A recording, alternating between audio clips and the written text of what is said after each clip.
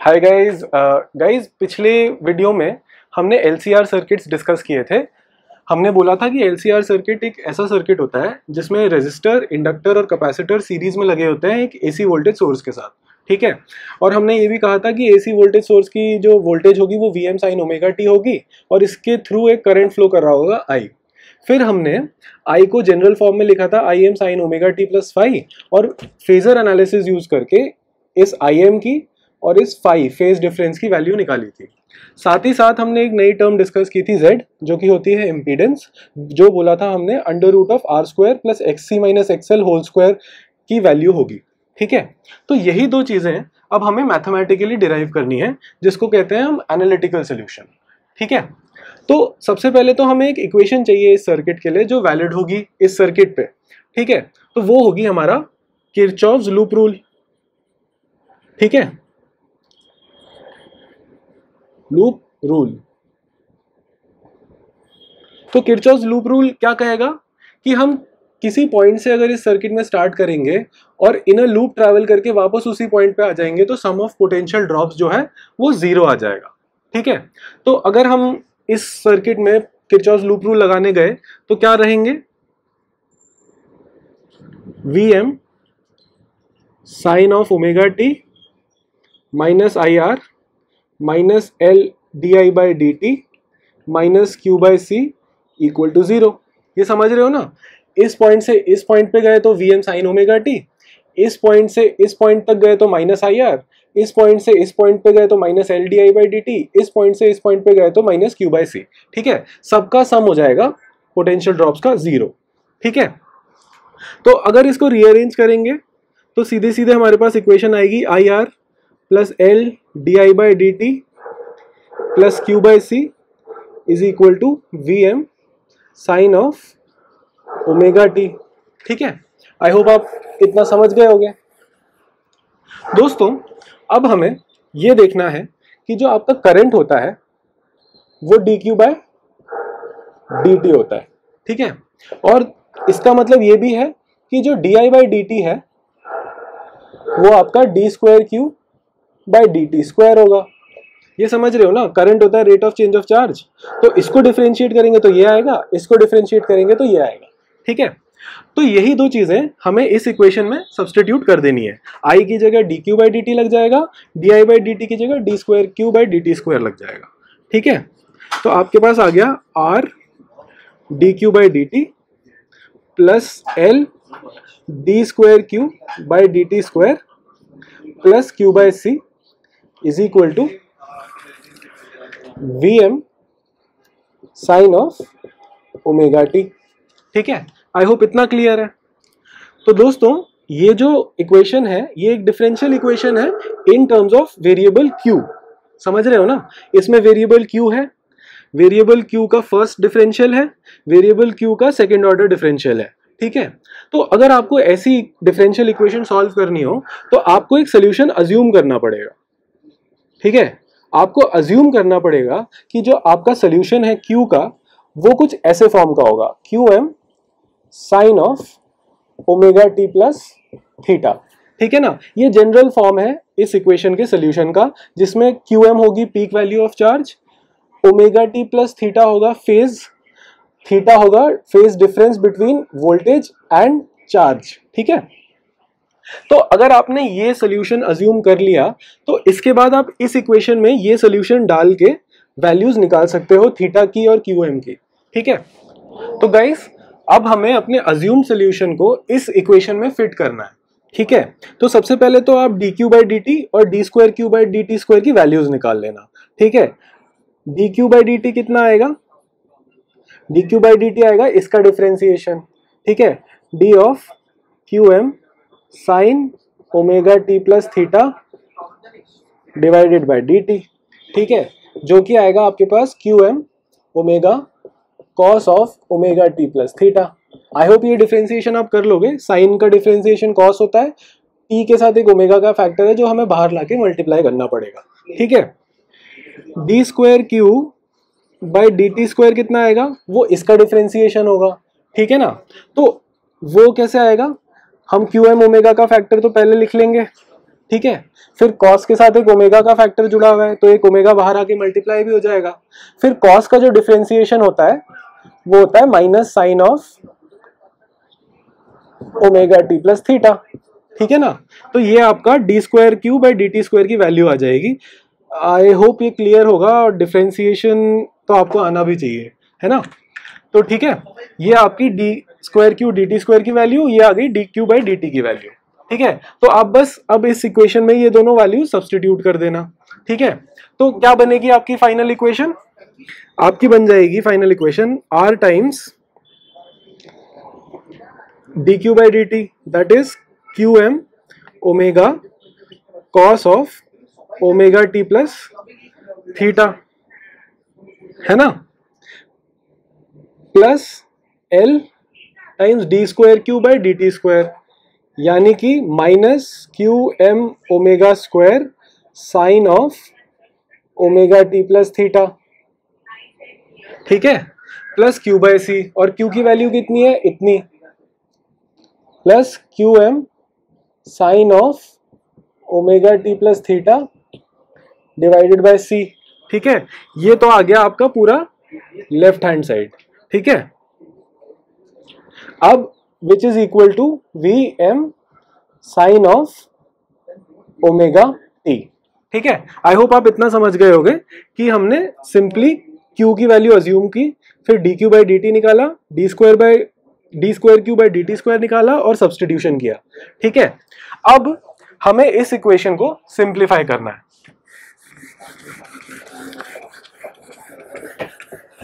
तो सबसे पहले तो सिंप्लीफिकेशन के स्टेप में आप क्या करना, आप ये क्यू एम ओमेगा जो है ना वो कॉमन ले लेना, ठीक है।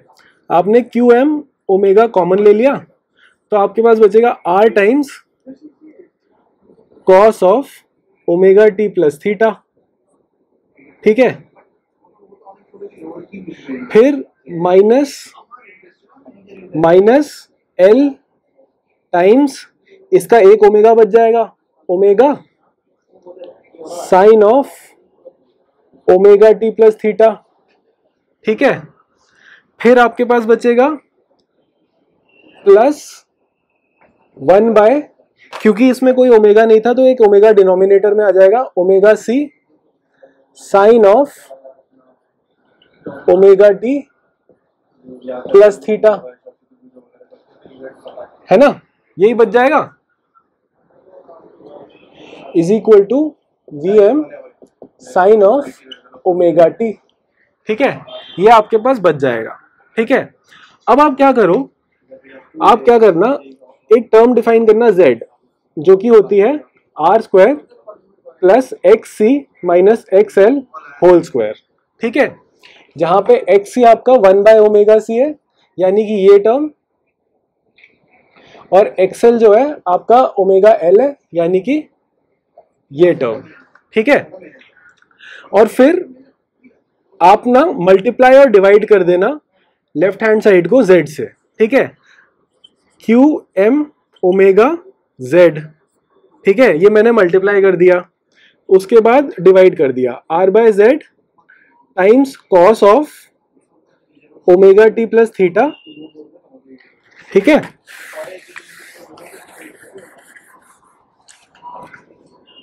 माइनस, इसको मैं एक्सएल लिख दूं, XL by Z sine of omega T plus theta plus X C by Z sine of omega T plus theta is equal to V M sine of omega T plus V M sine of omega T, ठीक है। I hope इतना आपको समझ आ रहा होगा, simple mathematics है और substitution है, ठीक है। तो इसको हम सिंप्लीफाई करके लिख सकते हैं इस टर्म को,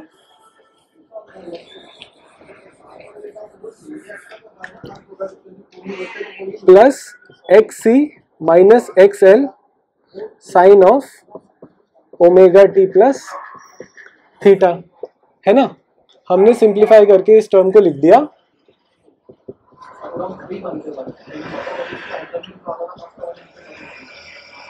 ठीक है। आई होप इतना आपके को क्लियर होगा, ठीक है। अब क्योंकि z जो है वो R square plus X minus XL whole square है, तो हमारा जो आर बाय जेड होगा, ठीक है, आप अगर ट्राइंगल बनाते हो एक राइट एंगल, ठीक है, इसमें आर यहाँ पे होता है, एक्स माइनस एक्सएल इधर होता है, ठीक है, तो आप अगर ये 90 डिग्रीज होगा तो इसकी हाइपोटेन्यूज की लेंथ जेड के बराबर होगी ना, ये आपको दिख रहा है ना, पाइथागोरस थ्योरम है R square plus X minus XL whole square, ठीक है।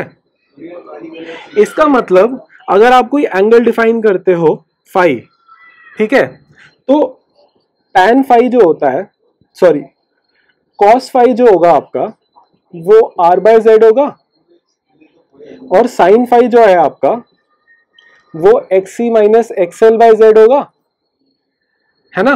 यानी ये जो चीज है वो आपका cos फाई है, और ये जो चीज है वो आपका sin फाई है, ठीक है। तो मैं क्या इस टर्म को cos फाई से और इस टर्म को sin फाई से रिप्लेस कर दूं? मैं कर देता हूं, ठीक है।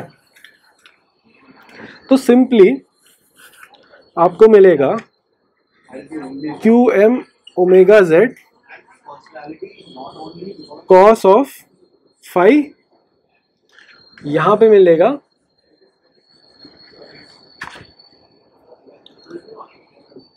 साइन ऑफ फाई, ठीक है। आई होप इतना आपको क्लियर है। तो दोस्तों ये क्या हो गया, cos A cos B plus sine A sine B, ठीक है, cos A cos B plus sine A sine B. ये किसका फॉर्मूला होता है दोस्तों, ये cos of A minus B का फॉर्मूला होता है ना।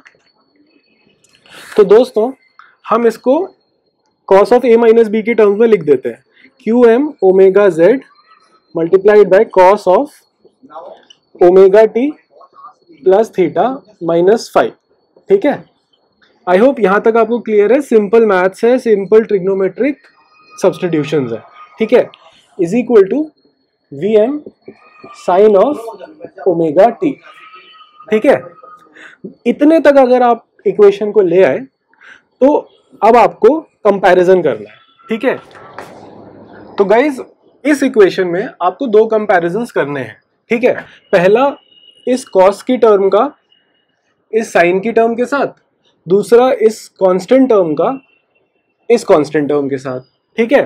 तो सबसे पहले तो cos of omega T plus theta minus five is equal to sine of omega T होना चाहिए, ठीक है।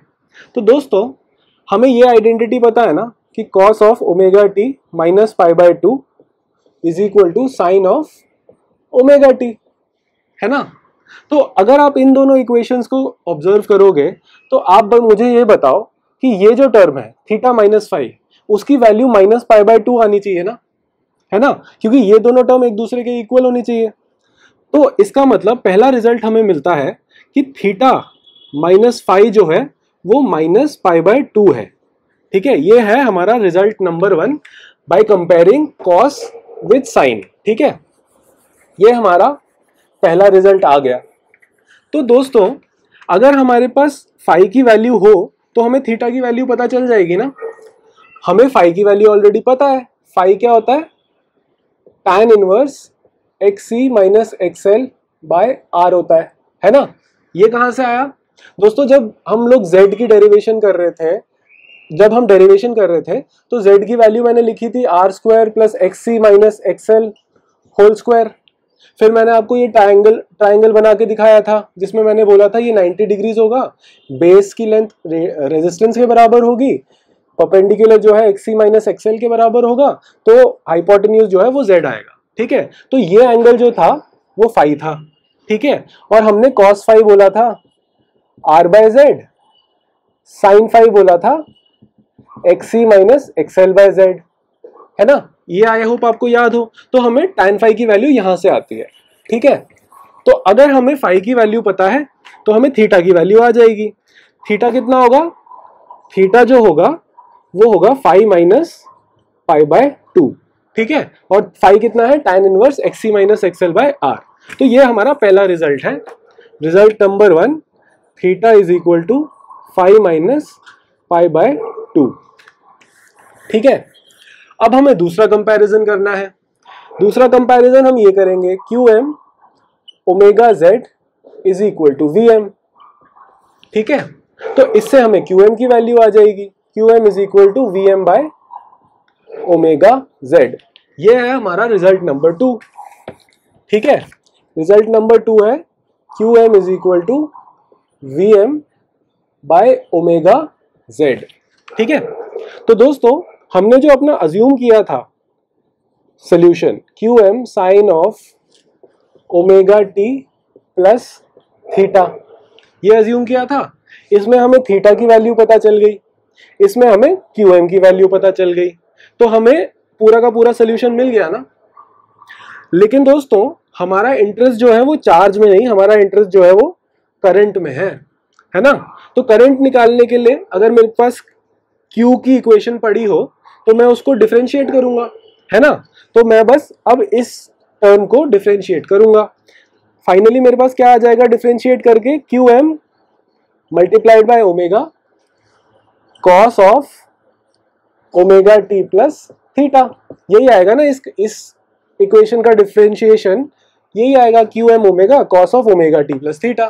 ठीक है, अब आप ये देखो, सबसे पहले तो मैं इसको स्टैंडर्ड फॉर्म में कन्वर्ट करता हूं। ठीक है, कॉस को साइन में बदलता हूं।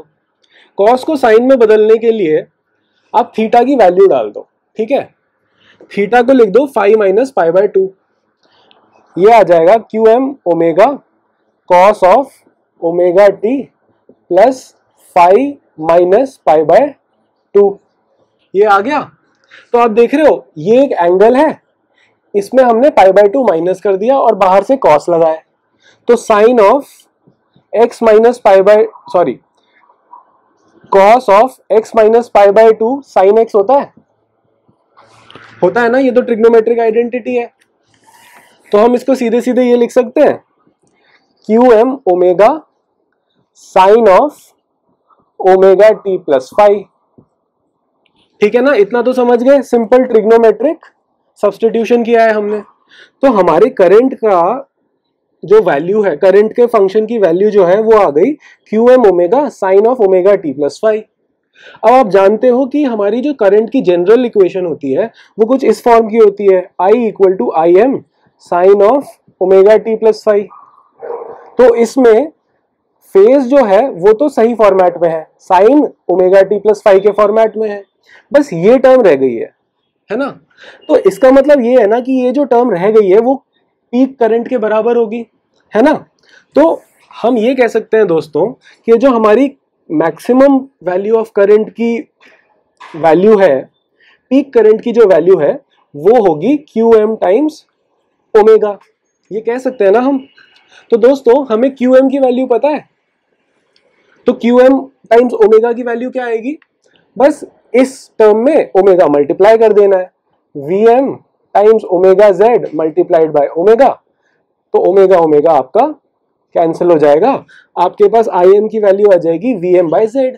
ठीक है, तो फाइनली हमारे पास करंट की पीक वैल्यू आ गई, IM equal to VM by Z।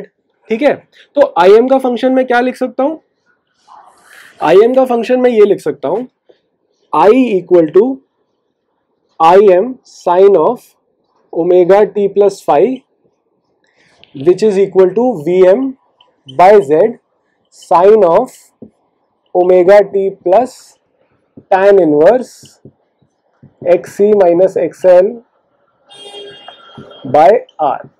ठीक है, इतना आपको क्लियर है ना। हमने IM की वैल्यू सब्स्टिट्यूट कर दी VM बाय Z, फाई की वैल्यू सब्स्टिट्यूट कर दी tan inverse XC minus XL by R। ठीक है, तो हमारी ये डेरिवेशन हो जाती है कंप्लीट। तो आई होप आप ये समझ गए होंगे। अगर आपको कोई डाउट्स हैं तो प्लीज कमेंट सेक्शन में जरूर कमेंट करना। ठीक है।